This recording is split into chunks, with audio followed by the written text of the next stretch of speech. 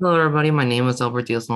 Today, I would like to discuss my analysis of the documentary film Nobody Speak, Trials of the Free Press. It basically goes in great detail about the situation back in 2015 between the lawsuits between Hulk Hogan and Gawker.com.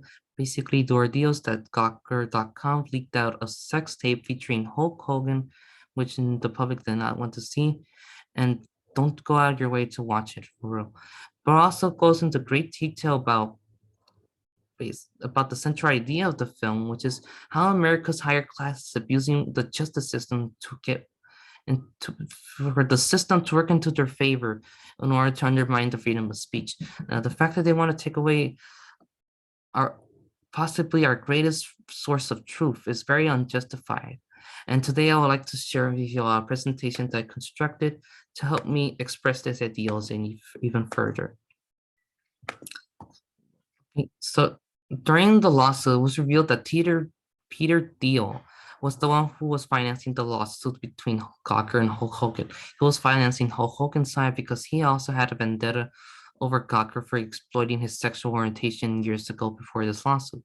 Now, what this creates, and this is best summarized by a quote from the film, this is a very this is a new threat to democracy and freedom of speech if billionaires or multimillionaires can secretly work behind the scenes, secretly financing lawsuits against organizations. Now, what this creates is a very toxic environment and a very alarming one at that rate, where basically the truth can come at a cost between the company's existence or your job.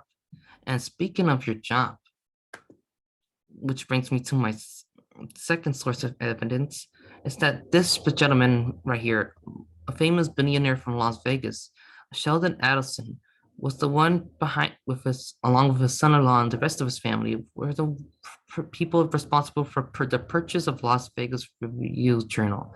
Now, what this creates is that it creates a warning that to every news organization that they will buy out the company in order to budget cut everybody. Well, this creates a stigma that basically future journalists, even good journalists for the future generation, will have second thoughts about pursuing the career in journalism, which means that there's not many people who are willing to spill the beans about the world.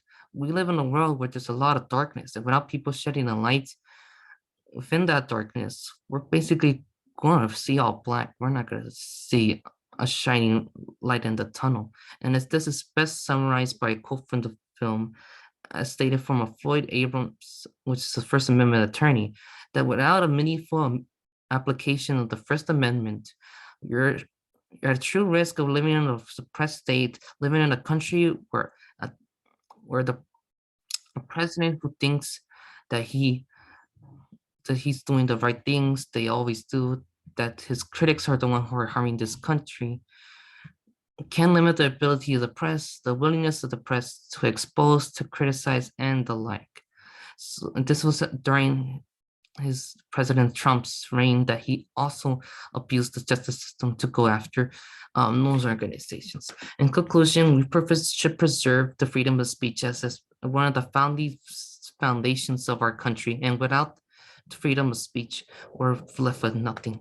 And here's all my references. Thanks for listening to my presentation.